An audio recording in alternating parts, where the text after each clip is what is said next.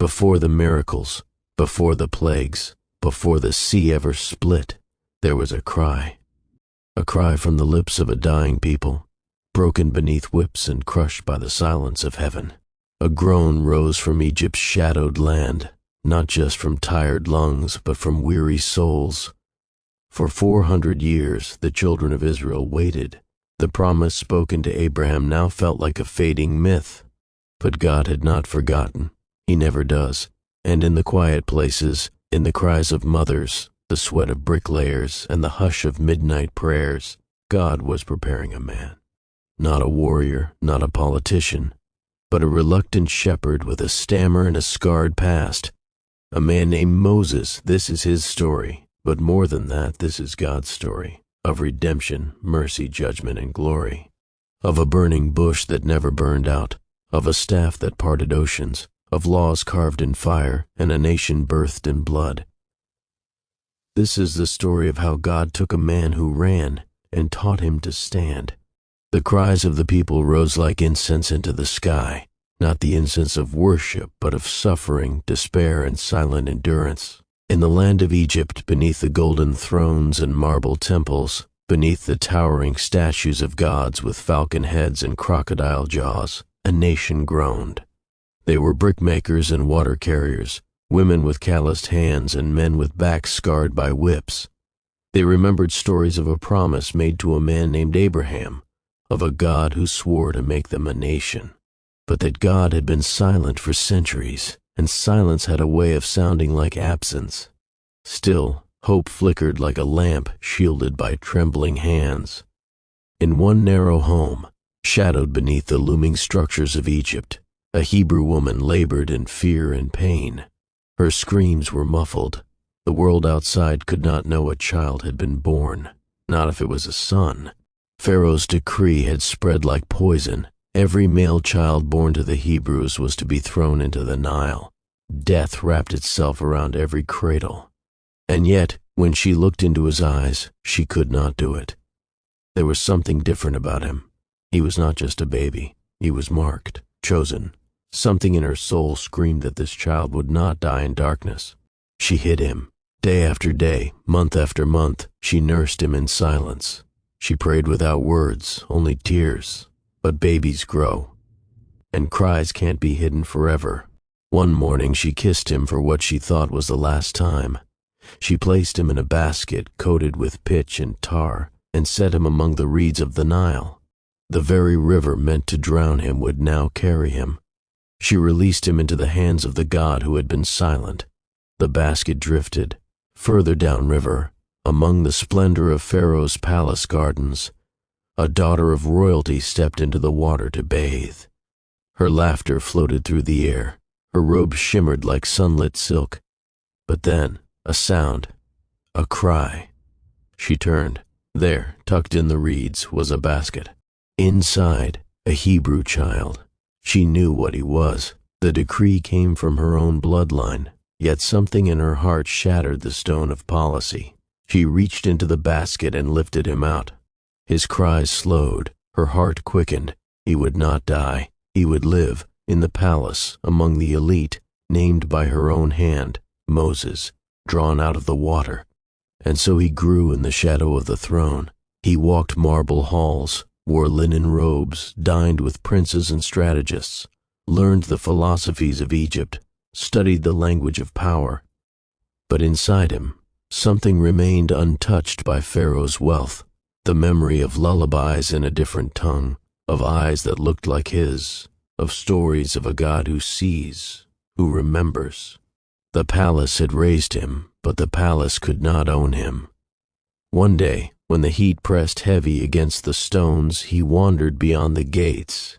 He saw his people, not in parades, not in stories, in pain, in chains. A Hebrew man bent under the lash of an Egyptian overseer, blood dripping into the dust, eyes dulled by suffering. Moses stepped in. Rage welled in him like fire. His hands moved before his thoughts. The Egyptian fell, lifeless. Sand became his grave. Moses buried him quickly. But the earth does not keep secrets. And the next day, When he tried to intervene between two fighting Hebrews, one spat the words that froze his soul. "Will you kill me like you killed the Egyptian?" Fear wrapped around him like cold iron. Pharaoh heard. The edict was swift. Death. Moses fled. From silk robes to sandstorms, from palaces to parched land. He ran with nothing but breath and shame. The desert received him, dry, brutal, silent. It stripped him of power, of identity, of pride. Each mile further from Egypt was another step into obscurity. And yet, it was there, among sheep and solitude, that something deeper began. Years passed. He became a husband, a father, a shepherd. His hands that once held scepters now gripped staffs. His back, once straight with princely posture, bent with work. He spoke less, dreamed smaller, until one day, near the foot of a strange mountain, as the wind hummed and the sun scorched the stones, he saw it. A bush, a flame, but the bush did not burn. He stepped closer, the air grew holy, and then, the voice, "Moses, Moses." He removed his sandals. He could not stand. The voice was not thunder, but it shook the very bones of the earth. God had heard the cries, the groans, the prayers with no words, and he had chosen, not a warrior, not a prophet of eloquence, a fugitive, a stammering shepherd. "I will send you to Pharaoh." "No," Moses whispered. "Who am I?" And God's answer came not with flattery, but with fire. "I will be with you." No promise of ease, no escape from fear, only the assurance of presence. Moses argued. He gave excuses. His tongue was slow, his heart unsure. He begged for another, but the God of the bush does not waste his fires. So Moses took up the staff and returned to the land he once fled. Egypt had not changed. The whip still cracked. The pyramid still rose. But Moses had. Behind his voice stood the one who made voices. He stood before Pharaoh, not as a runaway, but as a messenger. "Let my people go," he said. Pharaoh laughed. Who was this God? Egypt had gods enough. This Hebrew deity would not bend an empire, but heaven had not come to negotiate. The river turned to blood. Frogs crawled through palaces. Gnats swarmed like smoke. Flies thickened the air.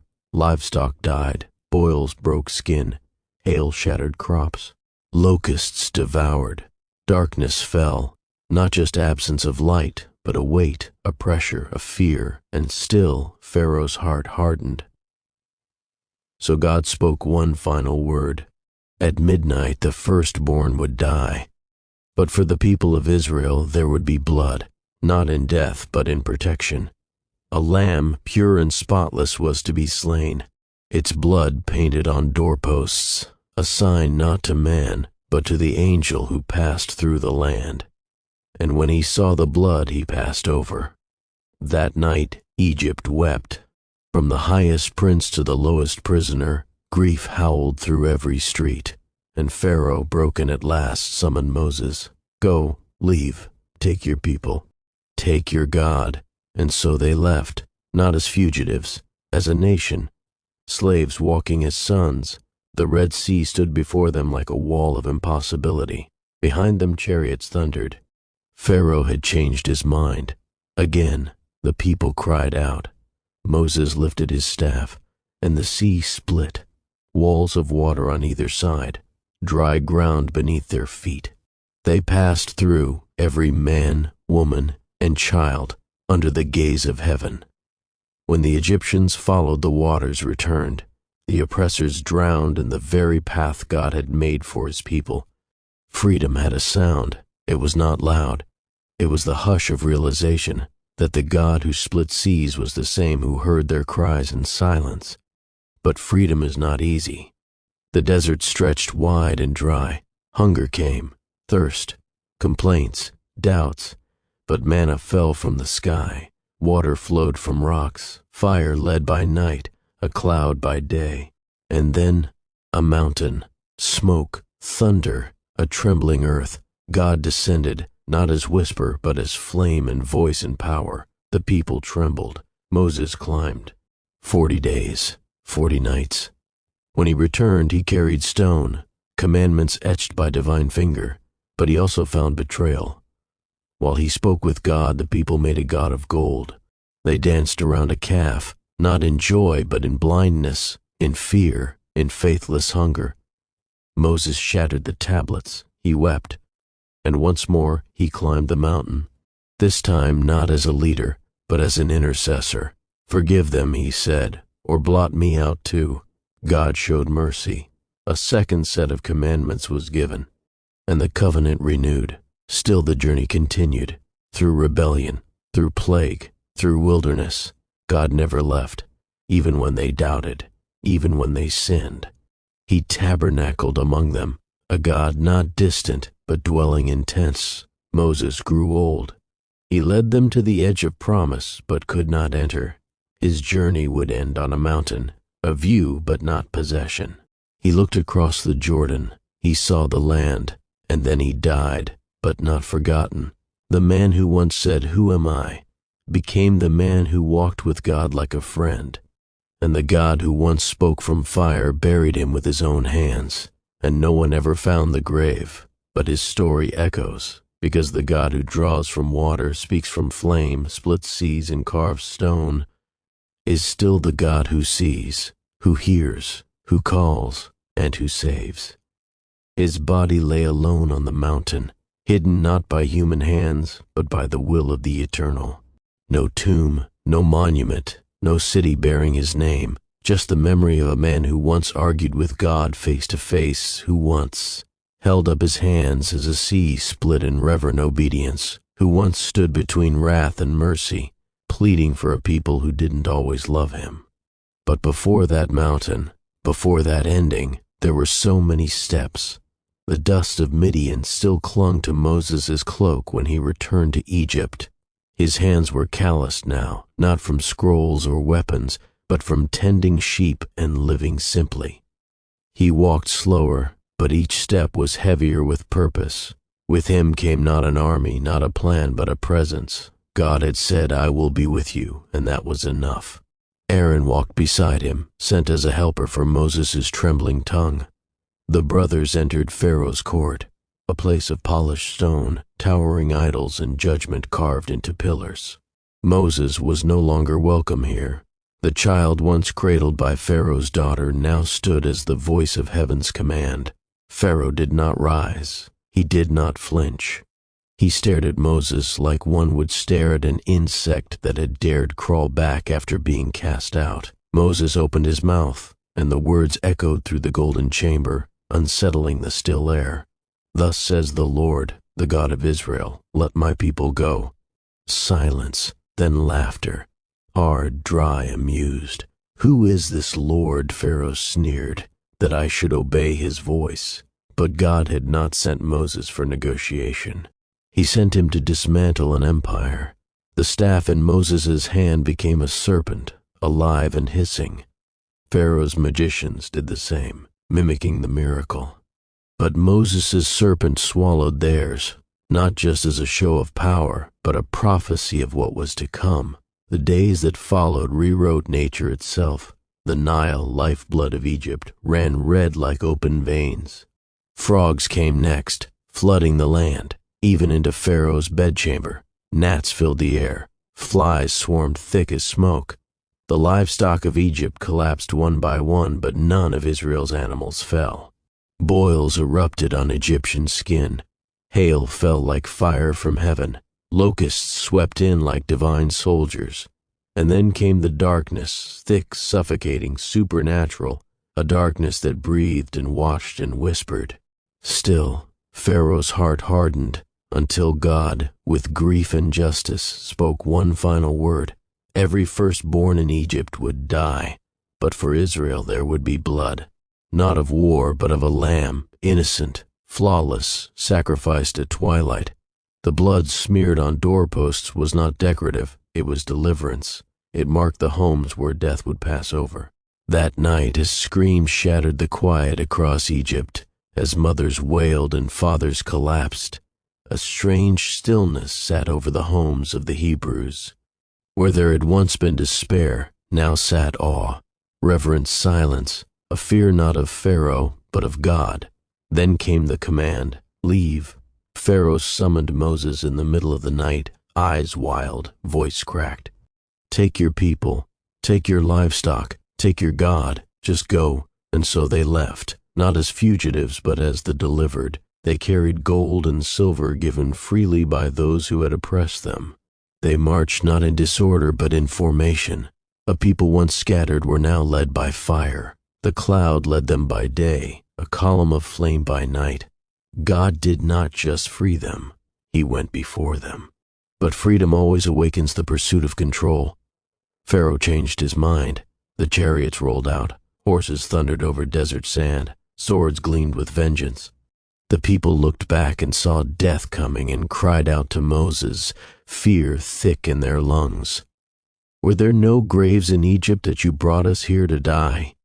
But Moses did not flinch. He raised his staff over the sea. The wind howled, the waters rose, and the impossible happened. A path, dry and clear, opened through the deep.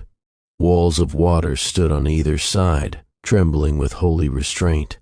Israel walked through, one foot after the other, carried by miracle. When the last sandal stepped out, the Egyptians entered. But the waters had not parted for them. They crashed down, wild and final, and the sea swallowed the pride of Egypt. Israel stood on the other side, mouths open, hearts pounding, feet wet with wonder. And from the lips of Miriam, Moses' sister, came a song. With tambourine in hand, she danced, leading the women in praise. "Sing to the Lord," they cried, "for He has triumphed gloriously. The horse and rider He has thrown into the sea." But miracles don't cancel human frailty. Days passed, the desert pressed in, water ran low, food scarcer, the people grumbled, again and again, and yet God did not turn away. He sent manna, white and sweet, gathered fresh each morning, a daily reminder that provision was not about storage but trust. He brought water from rock, not once but twice. The first time Moses obeyed. The second he struck when he was told to speak. That moment would one day cost him the promised land. But still, he led. He judged disputes, taught laws, and met with God in a tent outside the camp. His face, after each encounter, shone with a radiance that terrified the people. He wore a veil to shield them from the leftover glory. Not because God had diminished, but because their hearts had.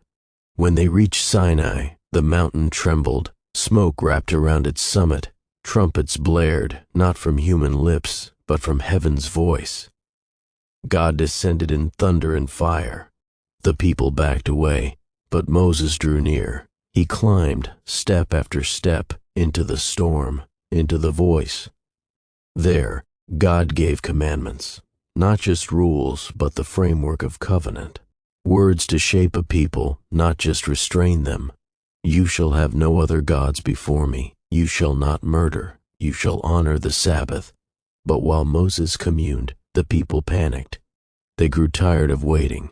They gathered gold, formed a calf, and said, "Behold your God, O Israel, who brought you out of Egypt." The betrayal was not just idolatry, it was amnesia.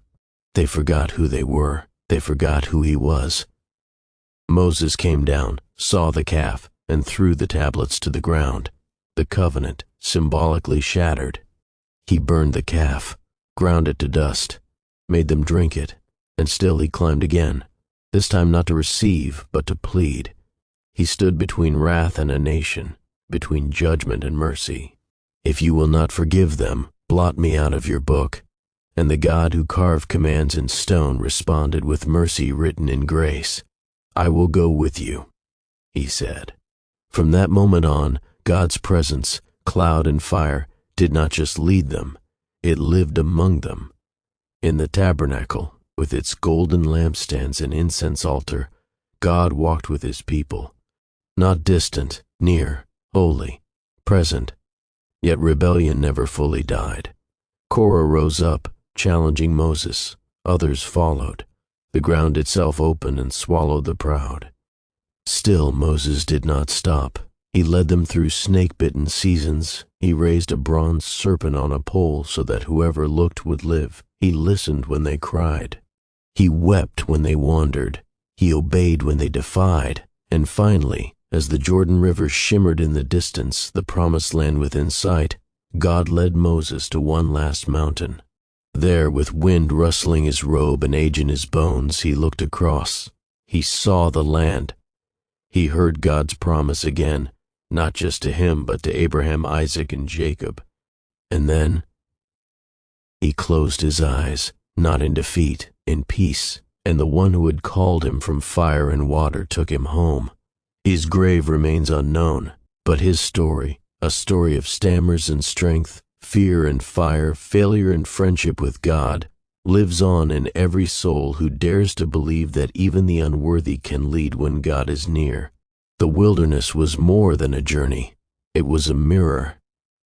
Every step forward revealed what lay within: faith and fear, obedience and complaint, awe and forgetfulness.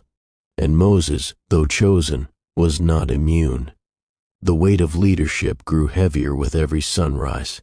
The people numbered in the hundreds of thousands, yet their unity was as fragile as the tents they pitched each night. When the pillar of cloud moved, they moved. When it stood still, they camped. God was leading them, visibly, daily, yet their hearts often wandered faster than their feet. They complained about the manna, the very bread that fell from heaven. "We miss the meat, the fish, the cucumbers of Egypt," they cried, as though chains were easier to bear than trust. Moses went before the Lord again and again, not only with requests, but with the burden of weariness. One evening he collapsed under the stars, voice trembling. "Did I conceive this people? Did I give them birth? Why must I carry them like a father in his arms? If this is how it will be, just take my life." But God did not rebuke him. Instead, he gave him help, 70 elders upon whom he placed a portion of Moses' spirit, so the burden might be shared. Still the trials came. Miriam and Aaron, his own siblings, questioned his authority. They murmured about his Cushite wife, but deeper still, they murmured about his closeness to God. "Has the Lord only spoken through Moses?" they asked. God heard. A cloud descended. Miriam was struck with leprosy, white as snow, and it was Moses, the very one she criticized, who interceded on her behalf. "Please, God," he pleaded, "heal her." 7 days later, she was restored. The journey resumed. Then came the edge of Canaan, the land of promise, flowing with milk and honey, the fulfillment of centuries. Moses sent 12 spies to explore the land. For 40 days they scouted it. They returned with fruit so large it had to be carried between 2 men, but 10 of them spoke with trembling lips. "There are giants there.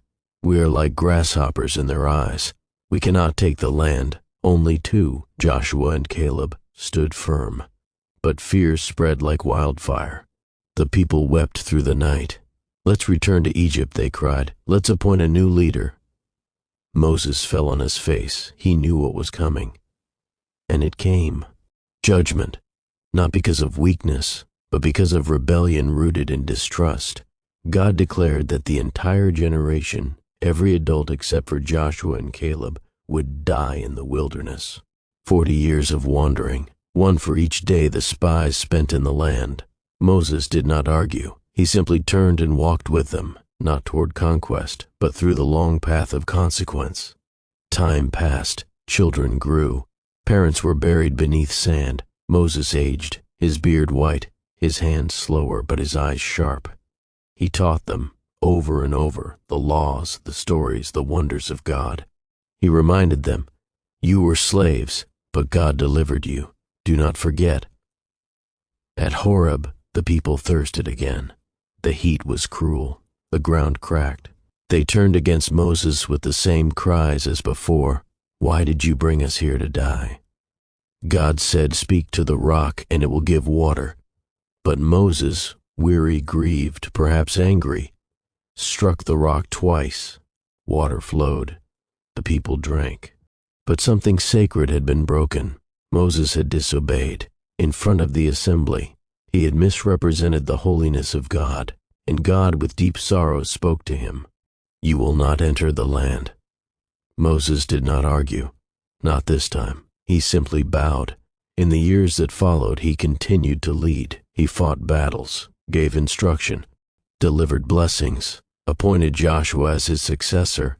He watched as the Jordan River came closer and the promise neared. One morning, God called him, not in thunder, not in fire, but in quiet invitation. He climbed one last mountain, Mount Nebo.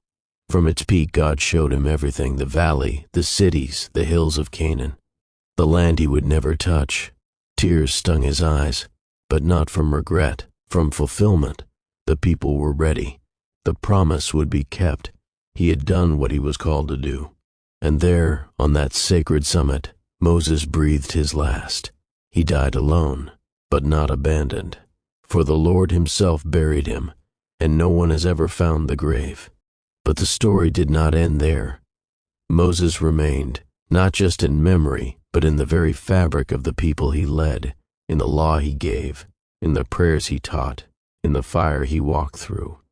And one day, many generations later, on another mountain, Moses would appear beside the Christ, shining in glory, speaking with the one who came to fulfill the very law he had carried down from Sinai.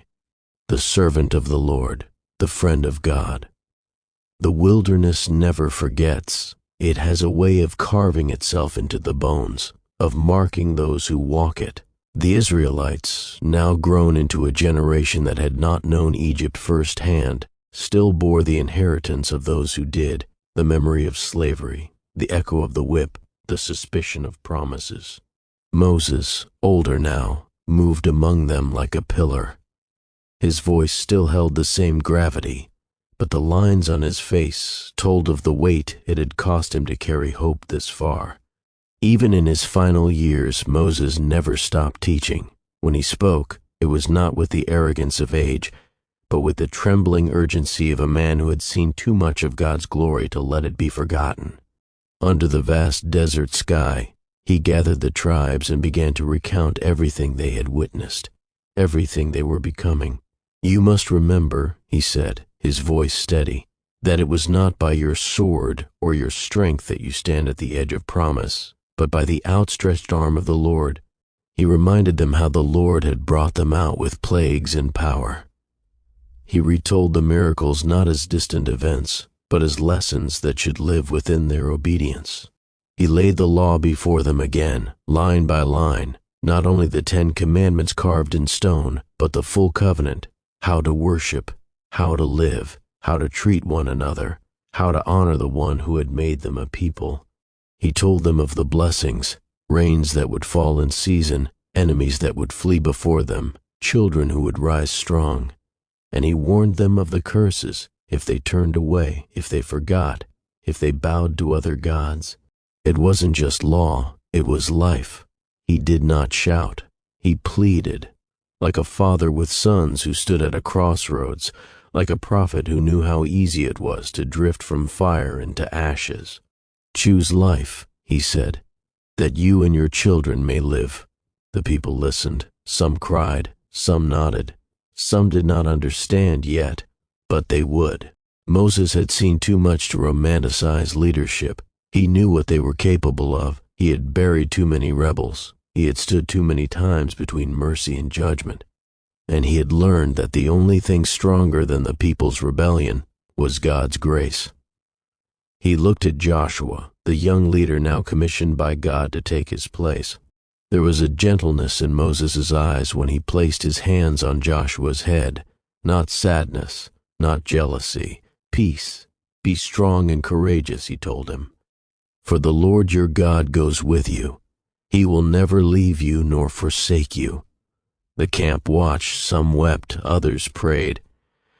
There was a shift in the wind that night, not in nature but in purpose. The next day, Moses woke early.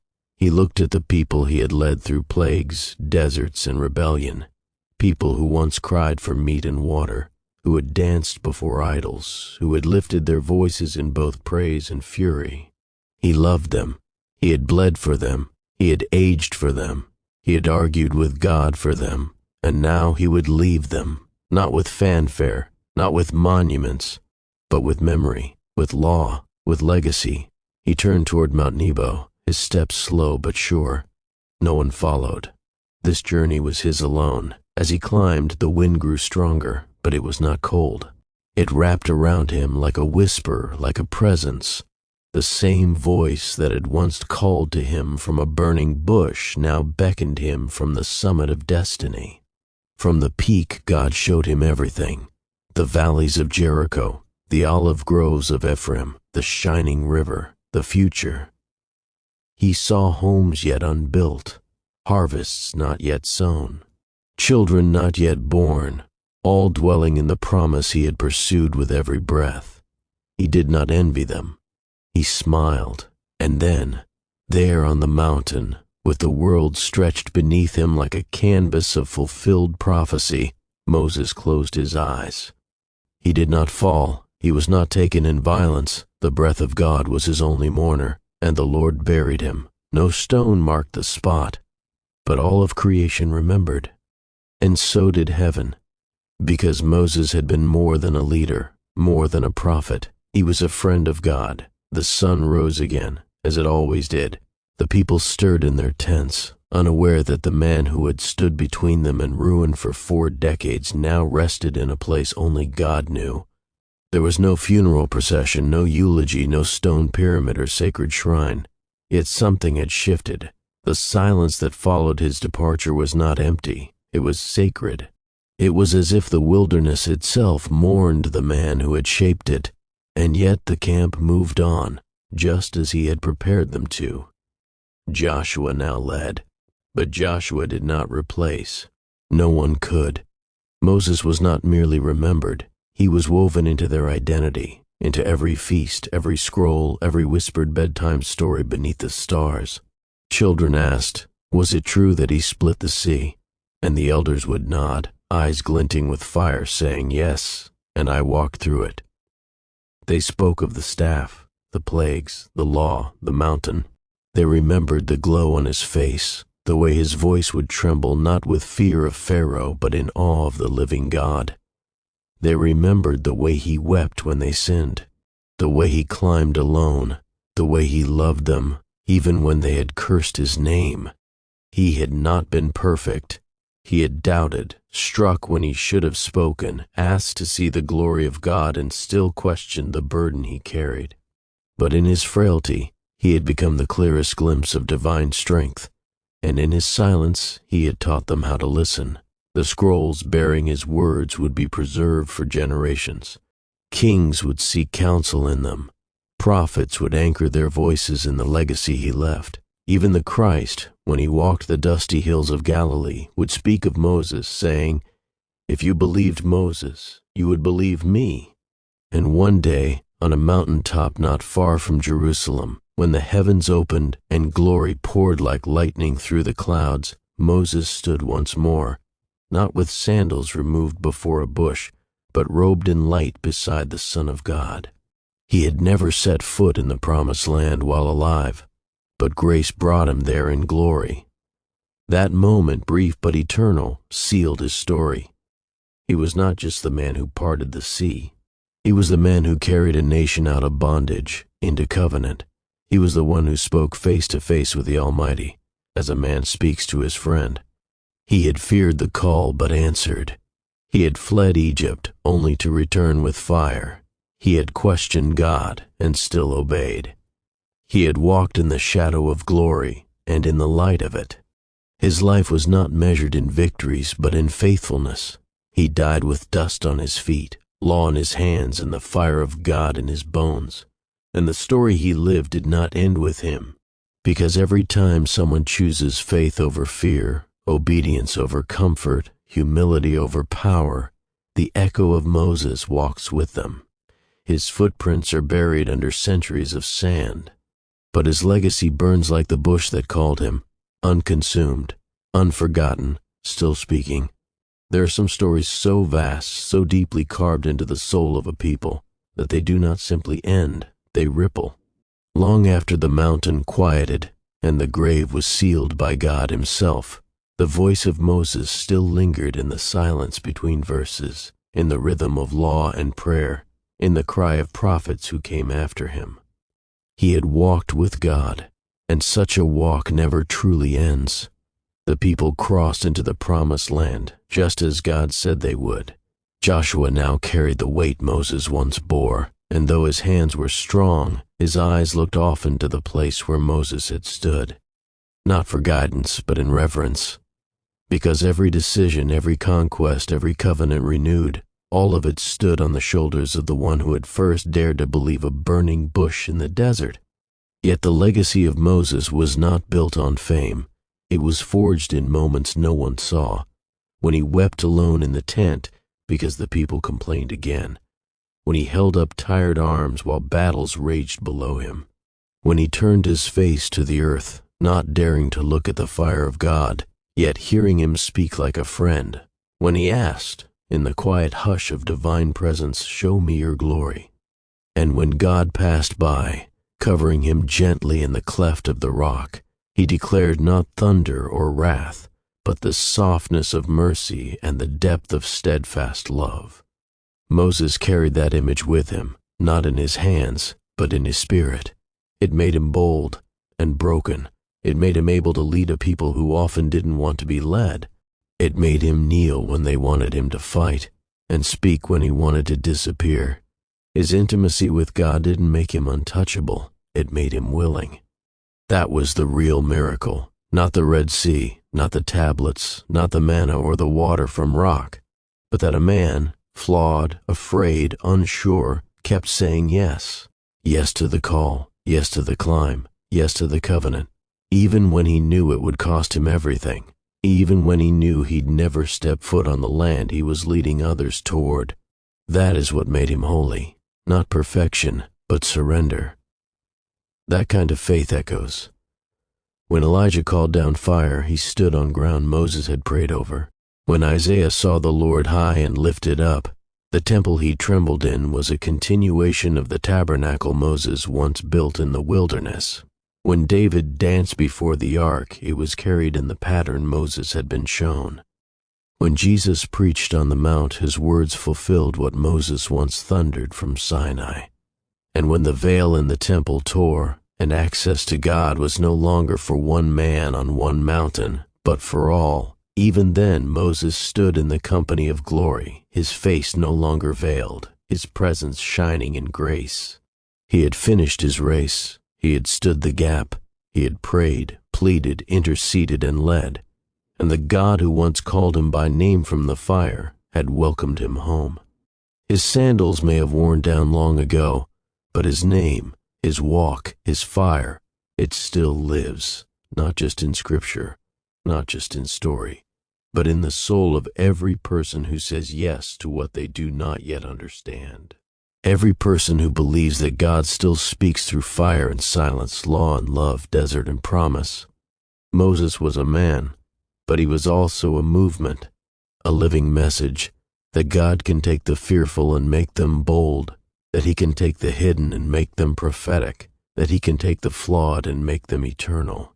So when you hear the story of Moses, don't just listen for the miracles, listen for the moments, because that's where God made him. And that's where he'll make you too.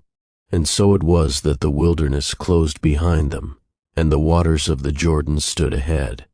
The people, now countless as the stars once promised to Abraham, stood on the threshold of prophecy fulfilled. But even as they prepared to cross into a new chapter, the shadow of the man who had led them this far lingered like morning mist on the horizon. They remembered him when they repeated the words of the law. They remembered him when they broke camp, just as he taught. They remembered him in the rhythm of fire, in the order of the priests, in the stillness before the ark. They remembered the sound of his voice echoing in the valleys at dawn, reminding them that they were not their own, that they belonged to a holy God, that they were to be different, not just from Egypt, but from every nation they would meet. And even when their feet stepped onto the soil of promise, their hearts still carried the journey that had shaped them, the journey Moses had walked before them, wept through for them, prayed through on their behalf. Time passed, And the name of Moses was spoken from mountain tops and valleys, by prophets and kings, scribes and children. His words were memorized in distant lands. His law carried by generations born long after his bones had turned to dust. But heaven was not finished telling his story, because Moses' life was not just a record, it was a pattern, a reflection of something greater to come. He had been drawn from the water, and one day another child would be born whose life would also be threatened by a jealous king. He too would flee to Egypt. He too would rise to deliver. Moses had turned water to blood. This coming one would turn water to wine. Moses had brought law carved in stone.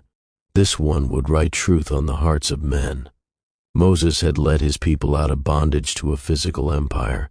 This one would lead his people out of bondage to sin and death itself. And like Moses, he too would climb a mountain. But instead of Sinai's fire, he would face a hill called Calvary, where Moses held up a staff to part the sea. This one would stretch out his arms to part eternity. And in that moment, on another mountain, with blood not of lambs but of the Lamb, the veil that had covered Moses' face, the curtain that separated God from man, was torn in two. And access, once reserved for one man, one tribe, one mountain, was opened for all. Because of Moses they had law, because of Christ they had life. Still, even in that moment of eternal shift, Moses was not forgotten. For when Jesus climbed the Mount of Transfiguration, robed in blinding glory, who stood beside him? Moses, alive, radiant, not with borrowed light, but with fulfilled promise. The lawgiver standing beside the grace giver, the servant beside the Son, 2 mountains, 2 covenants, 1 God, 1 plan. Moses' story had never been about Moses. It had always been about God, about what he can do through a stammering tongue, a trembling hand, a soul stretched between heaven and humanity.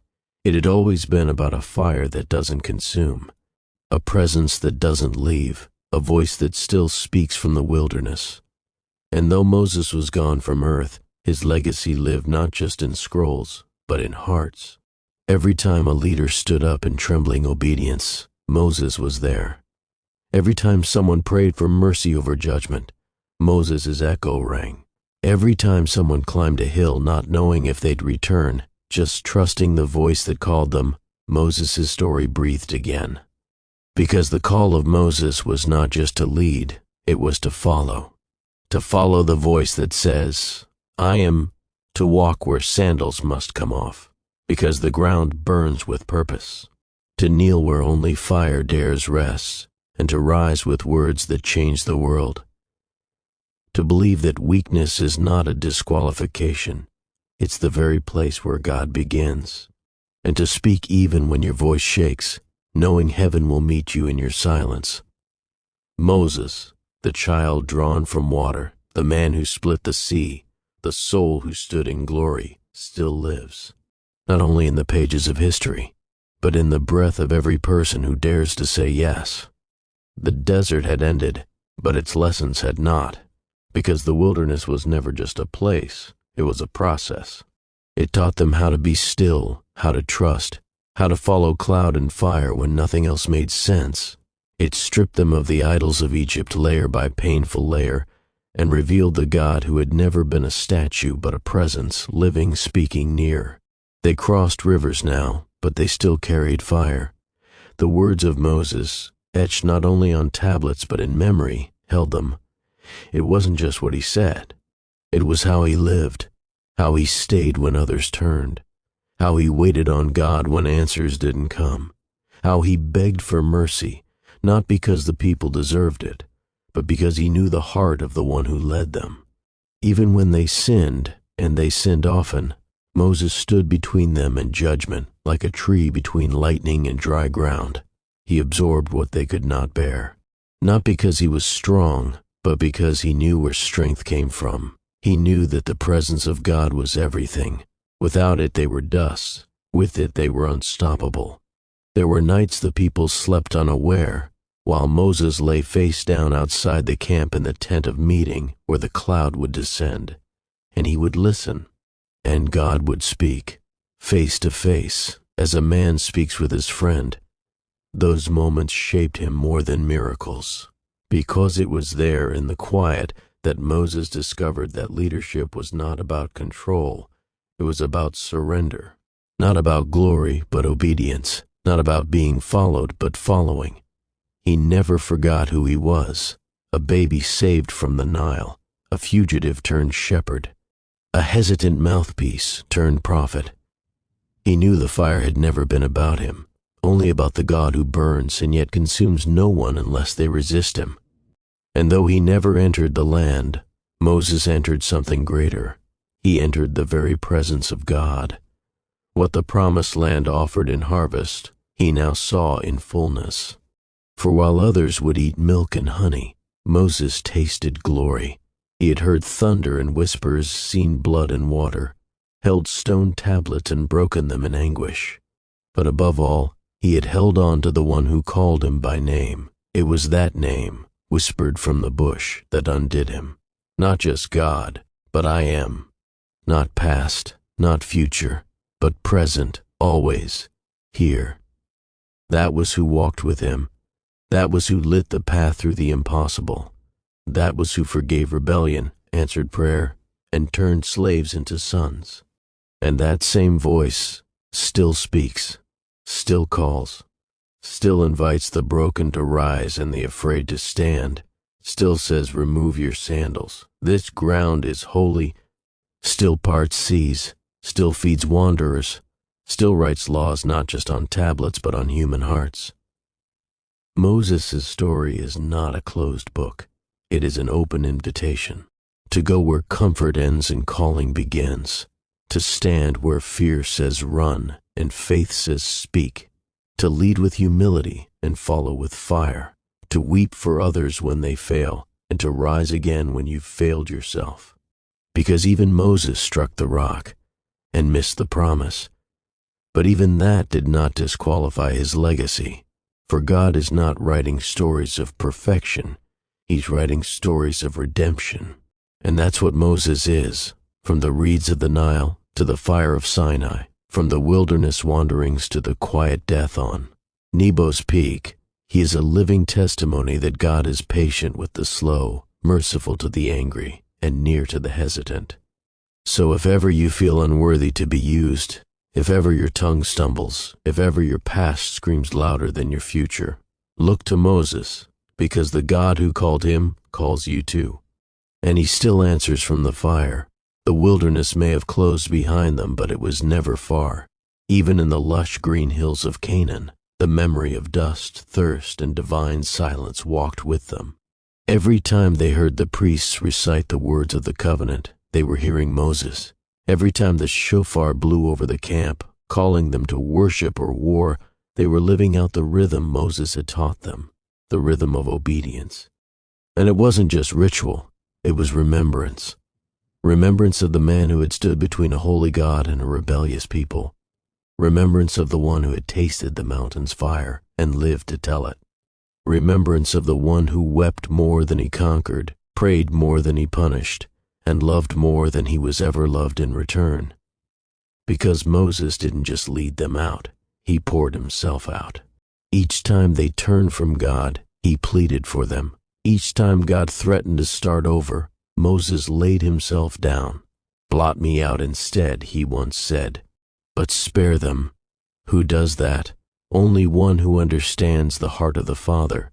Only one who has stood in his presence and found something greater than justice, mercy. Even when they forged a golden calf from the very gold they were given for worship, Moses did not abandon them. He burned the idol, crushed it, scattered it in water, and made them drink it, not out of cruelty, but out of grief, out of love that runs deeper than offense, out of the ache that only a shepherd feels for his flock.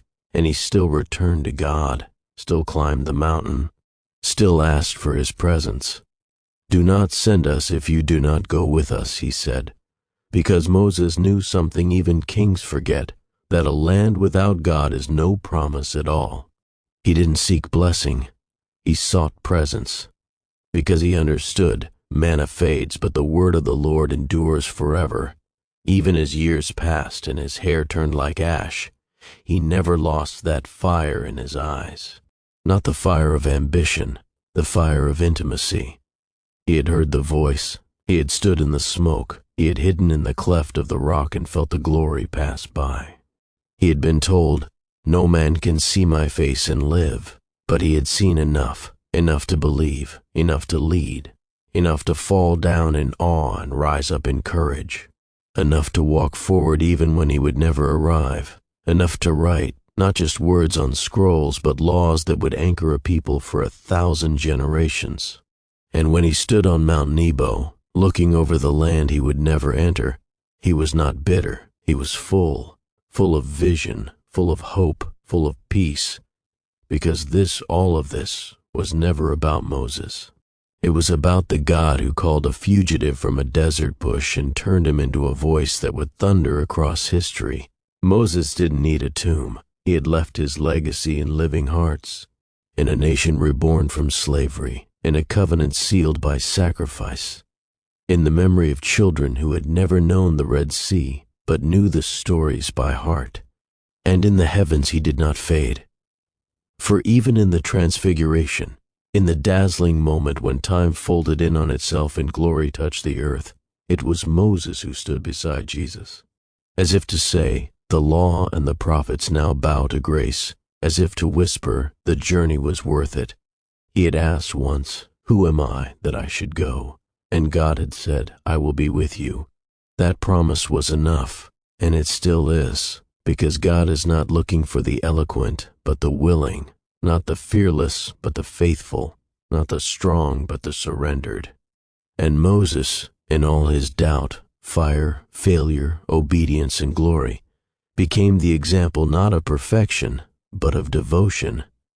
The man who limped through the wilderness and still heard God's whisper. The one who lifted his staff and split history. The one who walked where the fire burned and lived to speak of it. The servant, the shepherd, the friend of God. The legacy of Moses didn't end with the pages of a scroll or the whisper of a prayer beneath a starlit tent. It kept living in the bloodline of a nation and the breath of every soul who would ever rise when God calls. His life wasn't an isolated miracle. It was a blueprint, a testimony of how God moves when we least expect him to, through those least likely to answer. He had been afraid once, terrified of failure, of rejection of himself, but he had walked forward anyway, not with confidence in his strength, but in the one who said, "Tell them I am has sent you." And now, generations later, that name still echoed through the earth. The law he had carried down the mountain shaped more than religion. It shaped nations. Justice systems, Sabbath rhythms, the understanding that life was sacred, that rest was holy, and that every person, no matter their station, was seen by the eyes of heaven. But the law was never meant to stand alone. It pointed forward. It longed for completion, and Moses had known this deep in his bones, even if he could not see the full picture.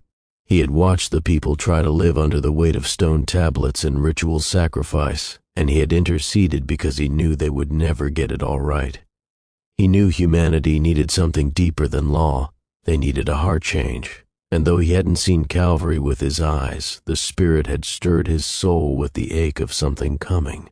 Someone coming. Because the mountain was holy, yes, but so was the cross. And if the mountain had thundered with glory, the cross would bleed with mercy. He had lifted his hands in the desert so others could win. He had stood in the gap, offered his own life so theirs could be spared. And one day another would come, not with tablets, but with grace written in flesh. Not with the blood of goats, but with his own. But that was always God's way, using what the world considered weak to bring heaven down. And Moses? He had been the first great example. When the world thinks of leaders, it thinks of kings, swords, banners, crowns. But God picked a stammering man with a past, a shepherd who had nothing but a stick and a limp, a man who didn't ask for greatness, only for God not to send him. And yet, it was that very surrender that made him powerful. Not the staff, not the miracles, but the quiet, broken yes. He had seen the Red Sea split, but he had also seen pride split families. He had stood in the thunder of Sinai, but also in the silence of unanswered prayers.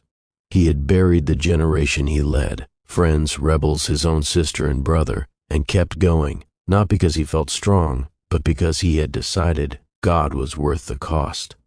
Even when God told him he would not enter the land, Moses didn't fight. He climbed the mountain, he looked, he blessed, and he left. He did not grasp, he did not cling. He trusted.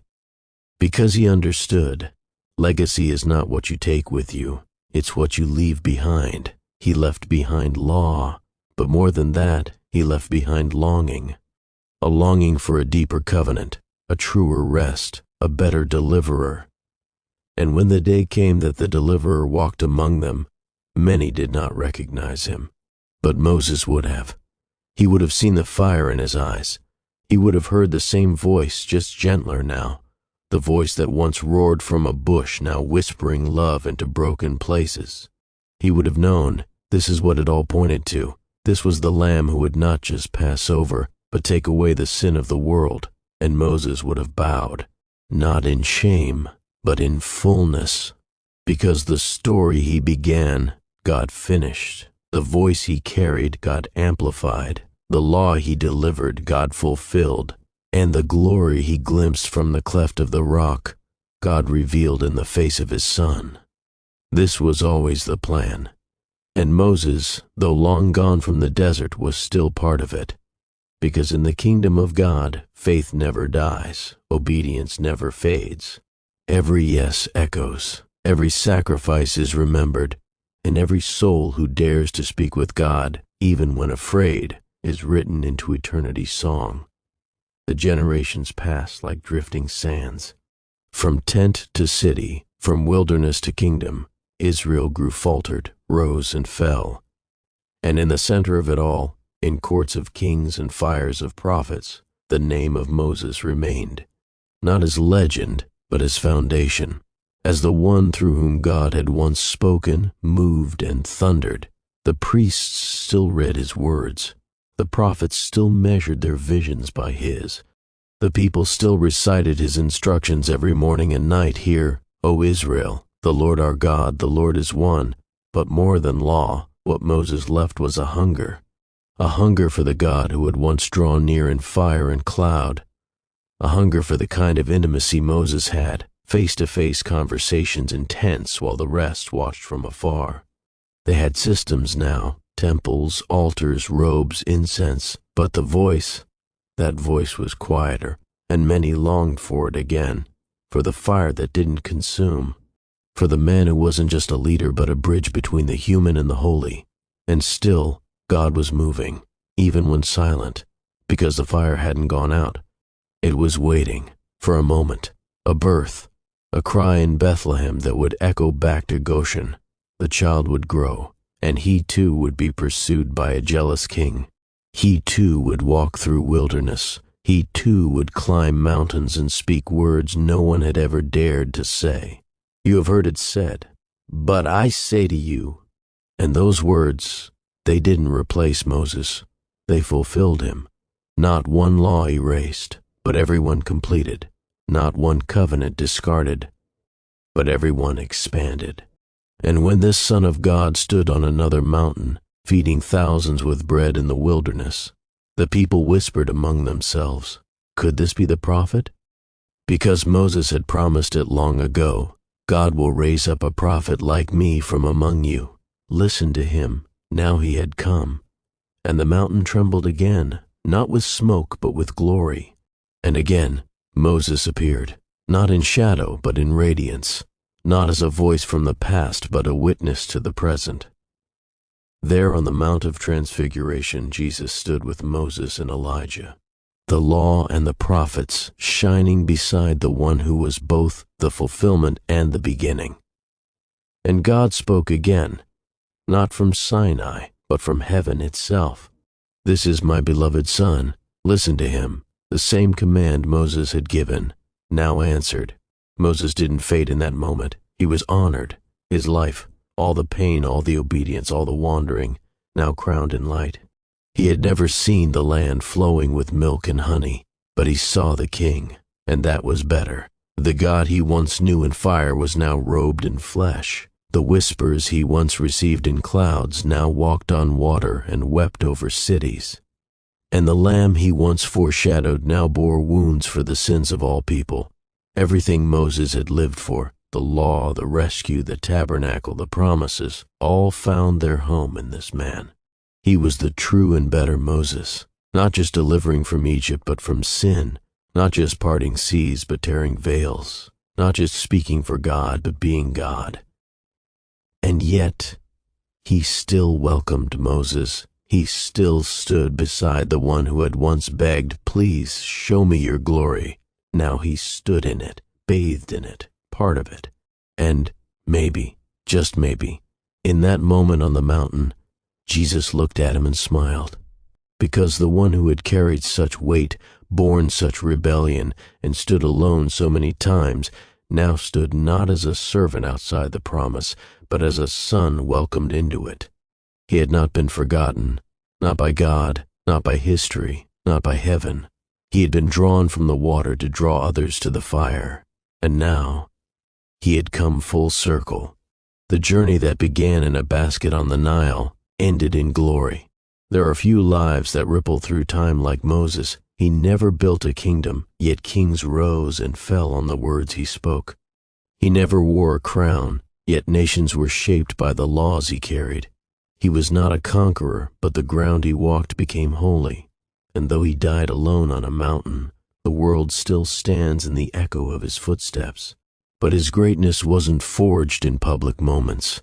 It was refined in the hidden ones, in the stammer of his first calling, in the silence of the desert where sheep and shadows kept him company, in the midnight prayers when God said, "I will wipe them out," and Moses said, "Then wipe me out too," in the breaking of tablets, not out of rage, but out of heartbreak, in the countless times he bent low when others stood tall, choosing intercession over applause, intimacy over influence. He had every reason to say no. He had every excuse ready. But something in the fire called to something deep in him, and once he said yes, he never turned back, even when it hurt, even when it cost him everything, even when the people he was saving wanted to stone him. He stayed, because God stayed. The wilderness was not a mistake. It was the meeting place, where a man and his maker would walk together, whisper together, build something eternal together. And though Moses' eyes had grown dim, and his bones had settled into sacred ground atop Nebo, his spirit had long since risen. He was more than lawgiver now, more than deliverer. He was a symbol, a promise, proof that one person's obedience can become a pathway for millions, proof that God doesn't choose the mighty, he makes the willing mighty through mercy, proof that even the most broken stories can burn with glory. The scrolls remembered him as the servant of the Lord. The prophets called back to his name when truth needed weight. The rabbis recited his life so the children would remember they were chosen. And heaven? Heaven knew him as a friend. Heaven remembered his tears. Heaven honored his prayers. Because when others forgot the covenant, Moses carried it. When others danced before idols, Moses stood before God. When others asked for blessings, Moses asked, "Let me see your glory." And maybe that's what made him different. He didn't just want the gift, he wanted the giver. He didn't just want to escape Egypt, he wanted to dwell in the presence. And even when denied the land, he was never denied the love. God buried him, not out of shame, but out of sacredness. Because even the ground wasn't worthy to carry the body of the one who had walked with God like no other.